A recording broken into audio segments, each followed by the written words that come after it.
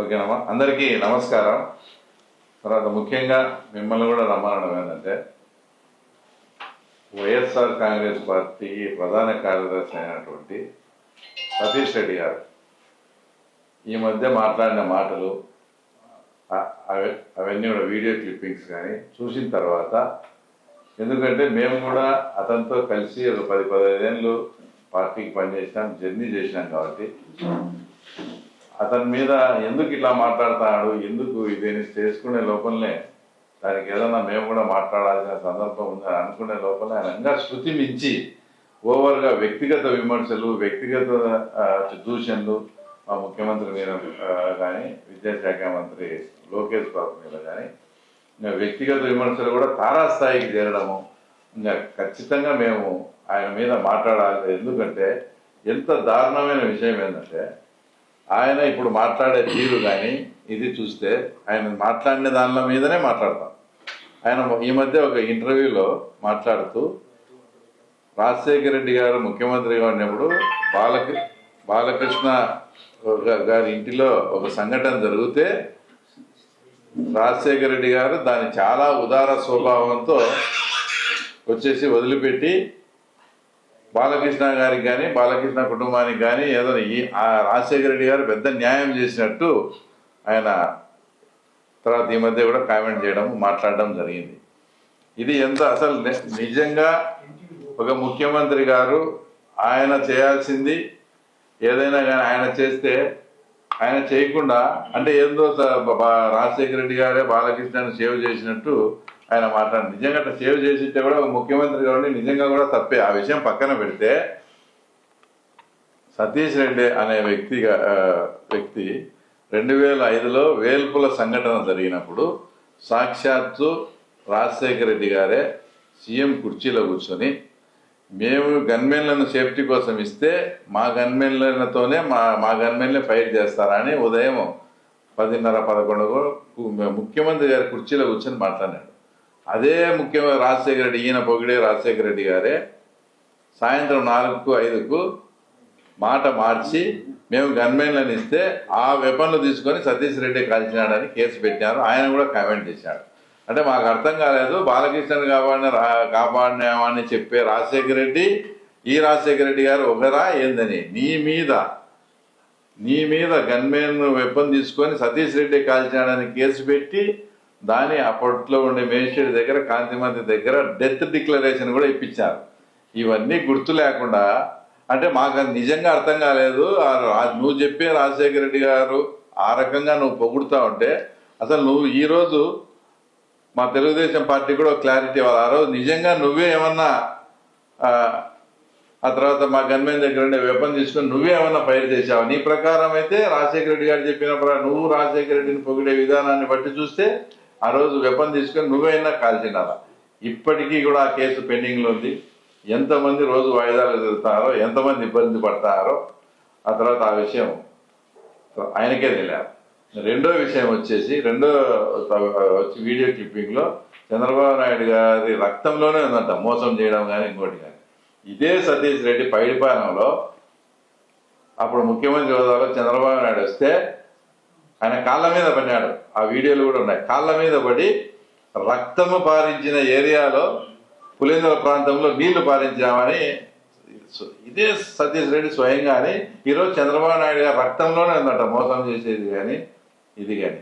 ఆ రోజు నువ్వు ఏదో దీక్ష కానీ ఏదో ప్రతిజ్ఞ చేస్తే ఒక ఇన్ఛార్జిగా ఉండవు, నీ మాటకు కట్టుబడి అసలు పులివెందులకు నీళ్లు తెచ్చేదానికి అవుకు నుంచి ఉండే మొత్తం సిస్టాన్ని అంతా కూడా ఆయన సెటరేట్ చేసుకుంటూ వచ్చి ఆ రోజు పులివెందులకు నీళ్ళు ఇస్తే ఒక 10,000 మంది 15,000 మంది జనం ముందు ఆయన కాళ్ళ మీద పడిన చరిత్ర ఆ రోజు. ఆ సందర్భం కూడా నువ్వు గుర్తు చేసుకోవాలి. ఈరోజు నువ్వు ఒక దగ్గర ఒక పార్టీలో ఉంటే ఆ పార్టీ అప్పుడు రామరాజ్యం, అవతల పార్టీ లేకపోయి నువ్వు ఏదైనా ఉంటానే ఇంకా ఇదంతా పోయి ఇది రాక్షస రాజ్యం అవుతారా? ఇంకో సంఘటన వచ్చేసి పులివెందుల్లో ఆయన మాట్లాడిన మాటలే చెప్తాను.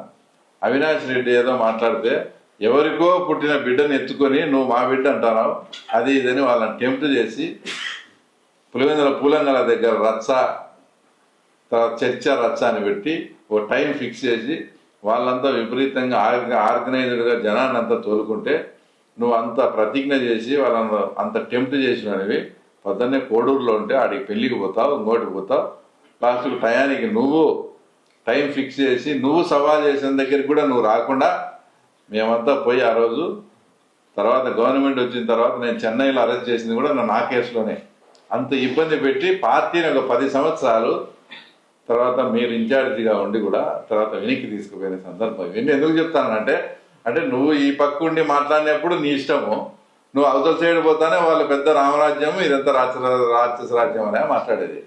తెలుగుదేశం పార్టీ ముఖ్యంగా 1999, 2004, 2009, 2014, 2019 5 సార్లు మీకు టికెట్ ఇచ్చింది. ఇంకా నాకన్నా ఎమ్మెల్సీ టికెట్ ఏ పర్సెంట్ కూడా అవకాశం లేనప్పుడు, అంటే గెలుపు అవకాశము 1% కూడా లేని స్టేజ్లో నాకు పార్టీ ఎమ్మెల్సీ టికెట్ ఇచ్చే జిల్లా నాయకులందరి సమిష్టి కృషితో నేను గెలవగలిగిన. నీకు ఇచ్చిన ఎమ్మెల్సీ కోటాలో నీదేం లేదు, నీకు ఇచ్చిన ఎమ్మెల్యే కోటాలో ఇచ్చింది. అంటే పార్టీ పరంగా ఒక గిఫ్ట్ మాదిరి నీకు ఇచ్చింది. మళ్ళీ డిప్యూటీ చైర్మన్ చేశాం. ఇప్పుడు పార్టీ కూడా ఒకటి మీరు కూడా గమనించాలి, గవర్నమెంట్ వచ్చిన తర్వాత, గవర్నమెంట్ పోయిన తర్వాత 1.5 సంవత్సరానికి నువ్వు పార్టీ మారినావు. ఇదే గవర్నమెంట్ ఉన్నప్పుడే లోకేష్ బాబు గారు ఇదే కడపకు వచ్చి మొత్తం పులివెందుల కార్యకర్తల మీటింగ్లోనే నీ గురించి మాట్లాడినాడు. నీకు నిజంగా ఈరోజు మాట్లాడినాడు పౌరుషం అది ఉంటే నువ్వు ఆ రోజు రాజీనామా చేయాలా. అంటే అప్పుడు పార్టీ అధికారంలో ఉంది, ఇన్ఛార్జిగా ఉంది, అవన్నీ అనుభవించాలని చెప్పి అప్పుడు అప్పుడే చేసింటే నువ్వు ఓకే.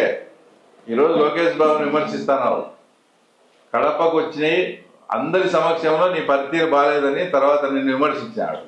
అప్పుడే నీకు నిజంగా నువ్వు పౌరుషవంతుడు అయితే ఆ రోజు రాజీనామా చేయకుండా మళ్ళీ 2019లో కూడా టికెట్ తీసుకొని మళ్ళీ పార్టీ ఓడిపోయిన తర్వాత అప్పుడు నువ్వు పార్టీ మారినావు. మీరు ఇంకోటి కూడా గమనించాలా, నేను ఇప్పుడు చెప్పినట్టు 99 నుంచి 2019 వరకు ఆయనే క్యాండిడేట్. 99లో వచ్చేసి 27,000, 2004లో అది 40,000కు పోయింది, 2009లో 50,000కు పోయింది, 2014లో 70,000కు పోయింది, 2019లో 93,000కు పోయింది. అంటే దప్ప నువ్వు పోటీ చేసినప్పుడల్లా మెజార్టీ పెరుగుతా పోయినప్పుడు పార్టీ కూడా ఆలోచిస్తారు కదా మీ గురించి. నువ్వు ఇప్పుడు పార్టీని విమర్శించేది ఏంది? తర్వాత మేము నిన్న పోటీ చేసే పులివెందులలో 32,000 తగ్గినాయి ముందుకు.